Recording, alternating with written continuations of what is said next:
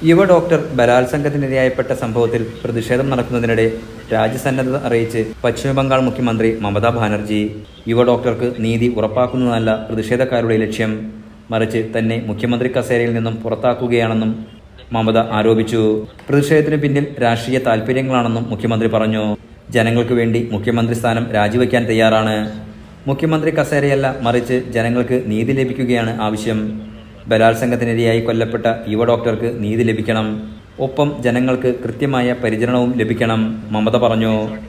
യുവ ഡോക്ടർക്ക് നീതി ലഭിക്കണമെന്നാവശ്യപ്പെട്ട് പ്രതിഷേധിക്കുന്ന ഡോക്ടർമാർ കഴിഞ്ഞ ദിവസം മുഖ്യമന്ത്രിയുമായുള്ള കൂടിക്കാഴ്ചയ്ക്കായി സെക്രട്ടേറിയറ്റിൽ എത്തിയിരുന്നു. എന്നാൽ തത്സമയ സംപ്രേഷണം നടത്തണം എന്നതുൾപ്പെടെയുള്ള പ്രതിഷേധക്കാരുടെ ആവശ്യങ്ങൾ സർക്കാർ തള്ളുകയായിരുന്നു. ഇതിനു പിന്നാലെയായിരുന്നു മമതാ ബാനർജിയുടെ പ്രതികരണം. ട്രെയിനി ഡോക്ടർക്ക് നീതി തേടി ജൂനിയർ ഡോക്ടർമാർ ജോലി ബഹിഷ്കരിച്ച് സമരം തുടരുകയാണ്. ഇത് ആശുപത്രികളുടെ പ്രവർത്തനത്തെ ബാധിച്ചതോടെയാണ് സർക്കാർ സമവായ ചർച്ചയ്ക്ക് തയ്യാറായത്. ചർച്ചയിൽ മുഖ്യമന്ത്രിയുടെ സാന്നിധ്യം വേണം, ചർച്ച തത്സമയം സംപ്രേഷണം ചെയ്യണം, ചർച്ചയ്ക്ക് 30 പേരെ പങ്കെടുപ്പിക്കണം തുടങ്ങിയ ആവശ്യങ്ങളായിരുന്നു ജൂനിയർ ഡോക്ടർമാർ മുന്നോട്ട് വച്ചത്.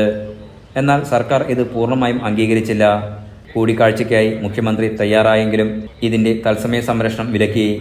ചർച്ചയ്ക്ക് 15-ൽ കൂടുതൽ ആളുകൾ പങ്കെടുക്കരുതെന്ന നിർദ്ദേശവും മുന്നോട്ട് വച്ചു.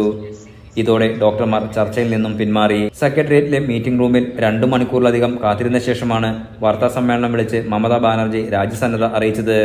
ഇതിന് പിന്നാലെ ജൂനിയർ ഡോക്ടർമാരും മാധ്യമങ്ങളെ കണ്ടു. മുഖ്യമന്ത്രിയുടെ രാജിയല്ല തങ്ങൾ ആവശ്യപ്പെടുന്നതെന്ന് ജൂനിയർ ഡോക്ടർമാർ പറഞ്ഞു. കൊല്ലപ്പെട്ട ഡോക്ടർക്ക് നീതി ലഭിക്കണം, കേസിലെ മുഴുവൻ പ്രതികളെയും നിയമത്തിന് മുൻപിൽ കൊണ്ടുവരണം, ഡോക്ടർമാരുടെ സുരക്ഷ സർക്കാർ ഉറപ്പുവരുത്തണം, ചർച്ച തത്സമയം സംപ്രേഷണം ചെയ്യാതെ സമവായത്തിന് തയ്യാറല്ലെന്നും ഡോക്ടർമാർ അറിയിച്ചു.